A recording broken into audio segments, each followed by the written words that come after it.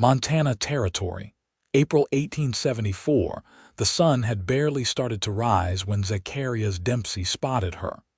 She was sitting by the edge of the creek, her dress soaked at the hem, arms curled tight around her knees. Her dark hair tangled down her back, and her shoulders shook in a way that told him this wasn't just someone resting from a hard ride. She was crying quiet, like she hoped the mountains might swallow the sound. Zach pulled his horse to a stop and slid down, boots crunching in the frost-bitten grass. He did not speak right away. He knew grief when he saw it. He had seen it in his mother's eyes the day his older brother never came back from Fort Kearny. He had seen it in his own face, once in a mirror, after the fire took the ranch house and his father with it. She did not look up. He crouched a few steps away, hat in his hand. "You all right, ma'am?" Her head snapped up, eyes wide, startled like a doe cornered. She started, voice hoarse. "I did not hear you. You were not meant to, just passing through." "I can ride on if you would rather be alone." She blinked fast, wiped her cheeks with the back of her hand. "No, no, it is fine." Zach glanced at her saddle, lying in the grass a few feet away, her horse grazing untied. "You camped out here," she hesitated. "I left a place I should not have stayed." He nodded, not pressing. "Name is Zacharias Dempsey. Folks call me Zach." She looked at him, really looked this time. Her eyes were still wet, but they were striking clear and sharp, even in pain. "Cassidy, Alder." He stepped closer, slow and careful. "You hungry, Cassidy?" Her lips parted like she might refuse, but her stomach answered for her with the quietest growl. Zach reached in his saddlebag, pulled out a tin of leftover beans and half a biscuit wrapped in cloth. Not much, but enough to stop the aches. She took it with a quiet thank you and ate like she hadn't seen food in a day. Zach sat a few paces away, watching the creek move. The silence between them stretched, but it was not uncomfortable. After a while, Cassidy spoke without looking at him. "My husband died last winter. Fever took him. We had a farm outside Helena, small, but it was something. Then the bank came for it, and I had nowhere to go." Zach nodded, his voice soft. "I am sorry." "There were men who offered help. None of them wanted to help, not really." He understood without asking. She had that look like she had been backed into corners too many times by men with easy smiles and rough hands. "I ended up in a boarding house in Deer Lodge. The madam said I could work cleaning rooms, but it was not cleaning she meant." Zach's jaw tightened. "So you left?" She nodded. "I vowed I would stay alone after that. I would not owe anyone anything again."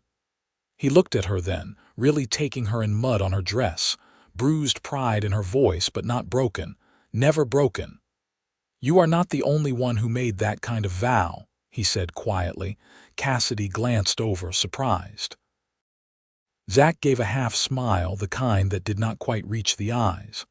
"I lost everything once, swore I would never tie myself to anyone again, figured it hurt less that way." She stared at him a moment, then looked away. The sun had risen higher now, warming the grass, melting the frost. Cassidy stood slowly, brushing dirt from her skirt. "I should go," she said. "Where to?" She looked uncertain. "I do not know, just away." Zach stood too. "There is a cabin about 5 miles west of here, mine. Not much, but the roof holds. You can rest there just for the morning. Or longer if you want." Her eyes searched his, like she was trying to find the lie. "I am not offering anything but food and a place to breathe," he said. "That is all." She hesitated, then nodded. "All right." They rode in silence. As the trees opened into meadow, the cabin came into view, small, weathered, but well kept. A lean-to for the horses, a smokehouse off to the side, and a porch with a rocking chair that had seen better days. Zach dismounted and held her reins as she slid off. She winced, her legs stiff. "You all right? Just sore?" He led both horses to the lean-to, then unlocked the cabin door and stepped inside. "Sit." Warm up. I will get the fire going. She did not argue. She dropped into the rocking chair by the hearth while he lit the kindling. The fire caught fast and warmth filled the space. Cassidy looked around. You live here alone? For over 3 years now. She nodded slowly, then whispered, It is quiet here. I like it that way. She looked at him, something soft in her expression now. I think I do too. Zach met her eyes. There was something in them that made time slow, something open and honest, even through the pain. He made venison stew from dried meat and root vegetables. She ate in silence, but she did not rush this time. While she ate, he mended a leather strap at the table. Later, as the sun dipped behind the hills, she stood. I should go. You are welcome to stay the night, he said, eyes still down on the leather. I do not want to be trouble. You are not. Their eyes met again. This time she did not look away. I will sleep on the floor, she said. Zach shook his head. You take the bed, I will take the chair. Cassidy looked at him for a long moment. You are not like the others. I do not want anything from you, he said. She nodded slowly, then stepped toward the bed. Zach settled into the chair, adjusting a pillow behind his head. As the fire burned low, Cassidy whispered into the quiet, Thank you, Zacharias. He did not open his eyes, but a small warmth bloomed in his chest. Anytime, Cassidy. And for the first time in a long while she slept without fear. Cassidy woke to birdsong and the low creak of wood settling in the walls. The bed beneath her was narrow but clean, the quilt worn soft from use. Her boots stood side by side near the door, dusted with dry mud. For a moment she forgot where she was. Then she turned her head and saw Zacharias asleep in the chair, chin tucked to his chest, arms folded. His hat rested on the floor beside him, and one boot had slipped halfway off in the night. He hadn't moved closer. Not once. Cassidy sat up slowly, blanket falling to her lap. Morning light slanted through the window, catching dust motes in the air. The fire had long since gone to ash, but the room held a lived-in warmth, the kind that lingered after a long winter. She stepped outside without waking him. The sky was pale, streaked with lavender and orange. Pines bordered the clearing, and a faint trail wound downhill toward a stand of willows. Cassidy followed it, careful with her steps, until she reached a small spring-fed trough lined with slate.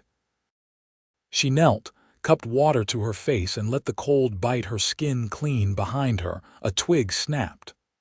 I figured you'd be gone before sunrise, Zach said softly. Cassidy stood, wiping her hands on her skirt. I thought about it. But my horse has a limp.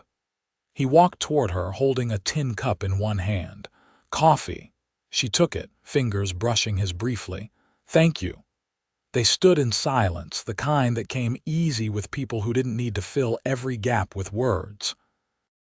After a sip, she asked, You built that cabin yourself, mostly. My uncle helped set the beams. He passed 2 winters back. She looked over at him.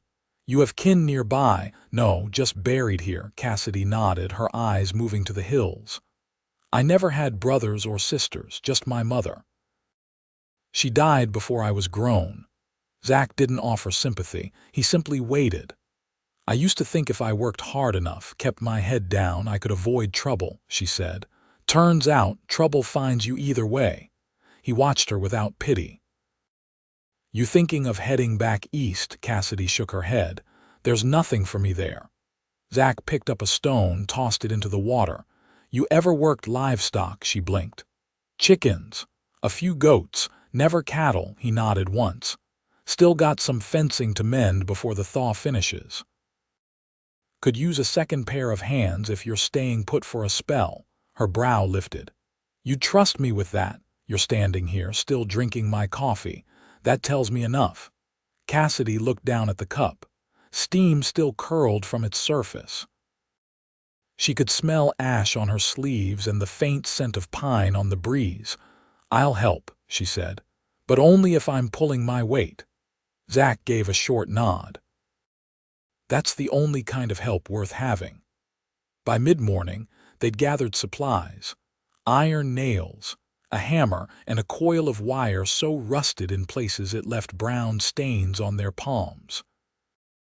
The field behind the cabin sloped gently toward a thicket of cottonwoods, where a stretch of sagging posts leaned like drunken soldiers. Cassidy held each post steady while Zach dug around the base and reset it deeper. Her palms blistered fast, but she said nothing. At midday, they paused under the shade of a juniper. He passed her a strip of dried apple. "You always this quiet when you work," she chewed slowly. "Talking never made chores go quicker." Zach leaned against the tree. "There's a family across the valley, Thompsons. Got 4 boys and a girl about your age. They run sheep. You'd get along with the girl, I think. She's got more grit than all her brothers combined." Cassidy brushed dirt from her sleeve. "I'm not looking to make friends." He nodded, then said nothing more. That evening, she sat on the porch with her legs tucked beneath her, watching the last of the light slip behind the ridge.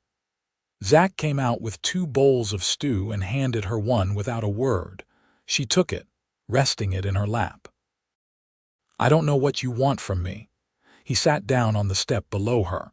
"I don't want anything." Cassidy's voice was low. "Most men say that, then they wait." "I'm not most men." She believed him. After they ate, she washed the bowls in the basin outside. The water chilled her hands, but she worked slowly, precisely.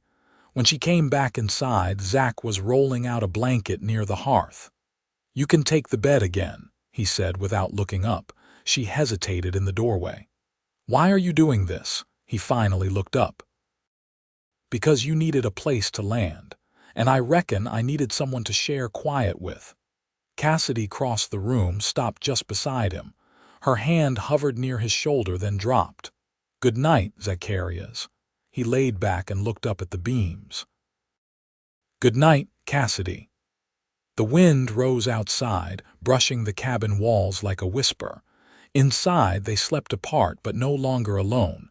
The days turned steady in the hollow west of Deer Lodge. Snow lingered in the shadowed corners of the forest, but the fields had begun to soften, and Cassidy moved in rhythm with the thaw.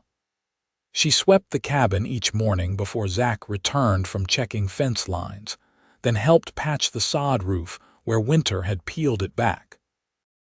They worked side by side, speaking little, but never with the edge of silence. On the 6th morning, she found a tin box near the washboard, wrapped in a strip of ticking cloth. Inside were 2 bars of lye soap and a comb carved from antler. She turned it over in her hands, smoothing her thumb over the teeth. Zach didn't mention it. That afternoon, she joined him at the north end of the pasture, where a calf had wedged itself between downed rails. She crouched without waiting to be asked, coaxing it gently until its hooves caught solid ground again. "You've got a quiet way with them," Zach said, brushing mud from the calf's flank. "My mother raised me to listen before stepping in," Cassidy replied. "Animals tend to do better with that than people." Zach studied her a moment, then stood. They walked back through the field without speaking, the wind tugging at her braid. When they reached the cabin, she paused by the porch ladder. "I noticed moss under the eaves," she said. "If it isn't cleared, it'll rot the beams." Zach nodded. "I'll fetch the hatchet." She climbed without waiting. That evening she sat cross-legged on the floor, trimming a torn hem with his sewing scissors. Zach leaned against the doorframe, arms folded. "You ever think of leaving Montana?" he asked. She didn't look up. "Once." "Why didn't you?" "I rode east after the burial, made it as far as Miles City. Something about the air there felt wrong, too many buildings that didn't belong to anyone." Zach shifted his weight. "You think this place belongs to you now?" "I don't know yet."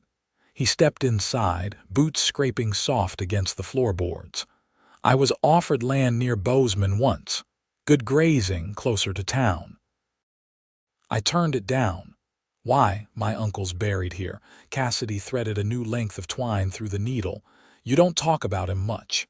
He was the only person who didn't ask me to be different. She looked up then. What did other folks want you to be? Louder, meaner. More like my father. Her hands paused over the fabric.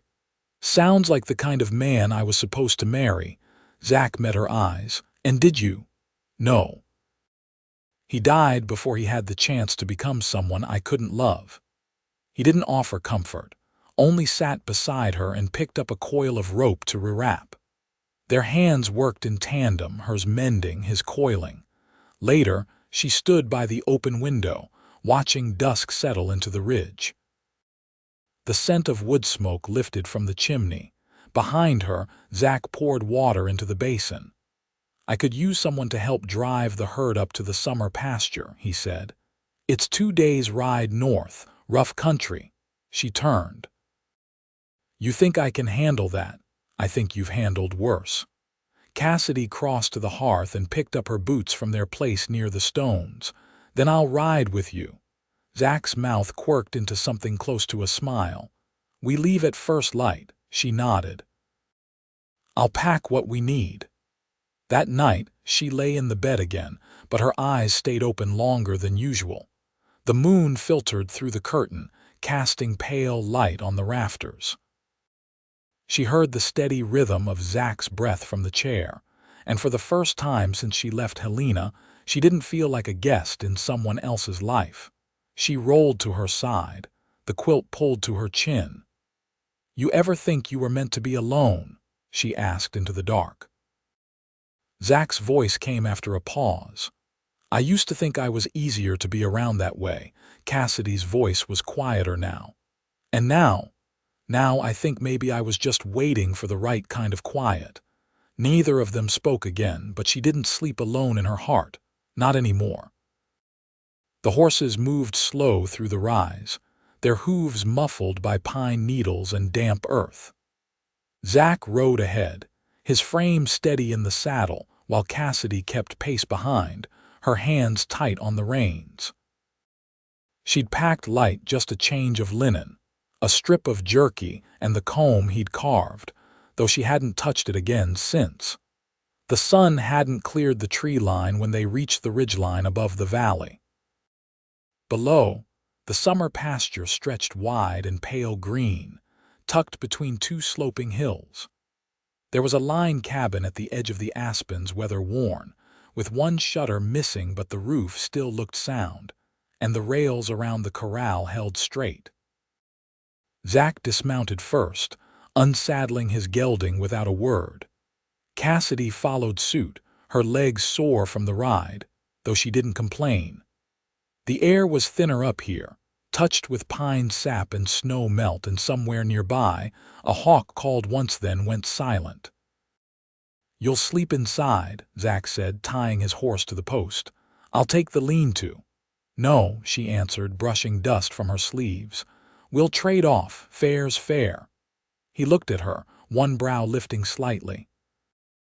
You always insist on even ground with folks. I've learned what happens when I don't.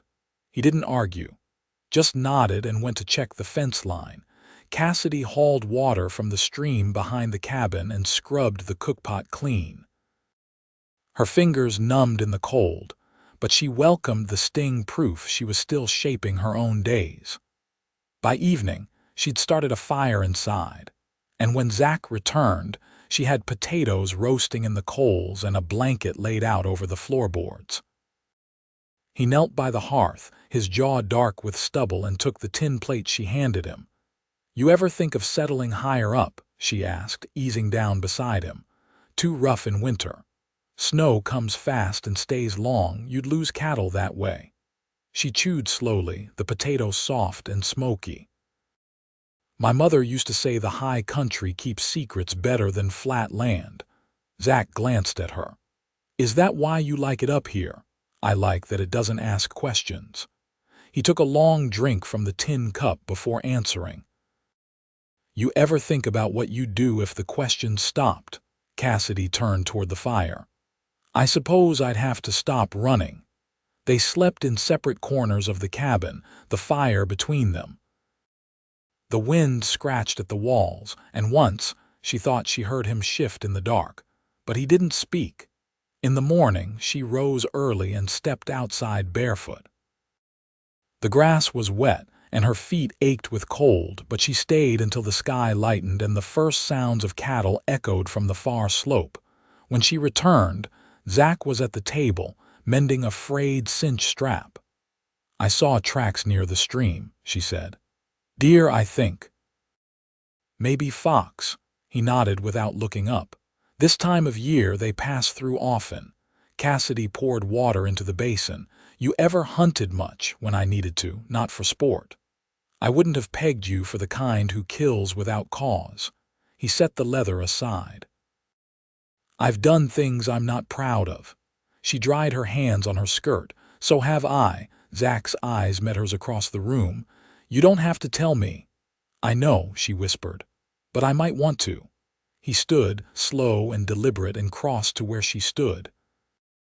For a long breath, neither of them moved. Then he touched her wrist just once, lightly. "You're not a burden, Cassidy."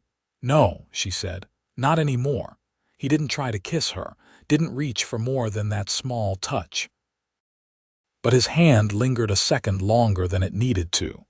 And when he stepped away, he left something behind, something she hadn't carried in years. By the time the sun reached its peak, they'd rounded the cattle into the corral and marked a few for salt. Cassidy worked the gate while Zach checked hooves and bellies. She moved with purpose, her braid tucked beneath a scarf to keep the dust out. That night, she took the lean-to by her own choosing, and he didn't fight her on it. As she settled down on the hay-stuffed pallet, she heard his voice drift through the open shutter. "You ever think about staying?" She turned her head toward the sliver of lamplight spilling from the doorway. "I don't know how," she said. There was a pause, then his voice again. "You don't have to know. You just have to want to learn." Cassidy closed her eyes, the scent of cut grass and old wood wrapping around her like a second quilt. And for the first time since she'd ridden away from everything she knew, she thought maybe she could. Cassidy guided the last heifer through the pasture gate, her sleeves rolled to the elbow and her breath misting faintly in the morning chill. The air felt different here, cleaner, thinner, and she'd begun to sleep deeper, without dreams clawing at her ribs. Zach stood a few paces off, mending a broken strap on the pack saddle, his back turned but aware of her in the way he always seemed to be. She closed the gate and leaned her forearms over the top rail. "I used to think I wouldn't be good at quiet living. Thought I needed the noise to feel real." Zach didn't lift his head. "And now, I think peace just takes longer to recognize when you've gone too long without it." He set the strap aside and straightened. "Some folks never do." She stepped away from the rail, brushing the dust from her skirt. "I've been thinking on where I'd go if I left." He turned then, jaw stiff from thought rather than cold. "You planning to?" "No," she said, "but I think about it anyway. I want to be sure I'm here because I choose it, not because I've got nowhere else." Zach nodded once slowly. "There's a difference." They didn't speak again until the sun tipped past midday, and Cassidy was on her knees by the creek, rinsing the beans she'd soaked overnight. She looked up as Zach approached, a folded scrap of paper in his hand. "Thompson boy rode through," he said. "Brought this from town." She dried her hands on her apron and took it. The handwriting was familiar. Miss Weller, one of the older women who'd taken pity on her in Deer Lodge. She'd slipped Cassidy bread once when she hadn't eaten in 2 days. The letter was short. Miss Weller had passed and the boarding house was closing. Cassidy read it through twice, folded it neat and slipped it into the pocket of her skirt. Zach waited by the bank, arms crossed. "You all right?" She was kind when she didn't have to be. Cassidy's voice was steady. "That's rare." He crouched beside her, not touching. "You want to ride in, say something over her?" "No," she said softly. "I think I'll say it from here. She'd understand."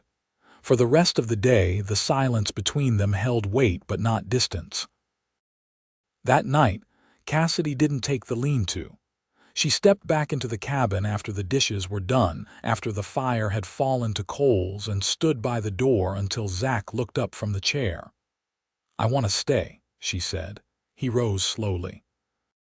"This place? With you?" He crossed the floor in 2 steps, close enough she could feel the heat of him, smell cedar and smoke on his shirt. "You sure?" "I've never been more sure of anything." He reached out, fingers brushing her jaw like he was still afraid she'd vanish. But she didn't. She leaned forward and he met her halfway. It wasn't rushed. It wasn't desperate.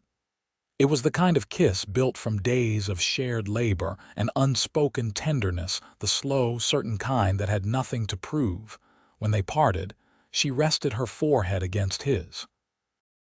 "I don't need to run anymore." "You never did," he whispered. They moved together after that, quiet and unhurried. He lit a lantern and turned back the quilt. She undressed by the hearth, her back to him, trusting he wouldn't look until she was ready. When she turned, he was watching her the way a man might watch the first rain after a long drought. She crossed the room barefoot, stepped into his arms, and let him lay her down in the bed she'd slept in alone for too long. They made love like 2 people who had nothing left to hide. In the weeks that followed, they returned to the lower pasture, calves trailing behind their mothers, Cassidy now confident in the saddle, sure in her place beside him. She helped repair the barn roof, learned to smoke venison, and planted sage and sweetgrass behind the cabin. Zach built a bench for the porch, and she carved their initials into the underside when he wasn't looking. One morning, she found a box tucked beneath the pillow, a simple silver ring, shaped like 2 strands of wheat twisted together. She turned to find Zach watching from the doorway. "I don't have much to offer," he said. "You offered me peace," she replied. "That's everything." They married on a warm afternoon in early July, with the sky wide above and wildflowers nodding in the wind. The Thompson girl braided Cassidy's hair, and Zach wore the same shirt he'd worn the day they met. There were no guests beyond the trees and the birds, but it felt full. In the seasons that followed, they built a life as steady as fence posts and as quiet as snowfall. Cassidy began to teach a few neighbor children their letters in the evenings, and Zach traded pelts for books. They never spoke of the places they'd come from, only the path they walked now. Years passed. The fields grew thick with grass. The cabin walls held strong. They grew older together, hands lined with the work of love, and through it all, they never once slept apart.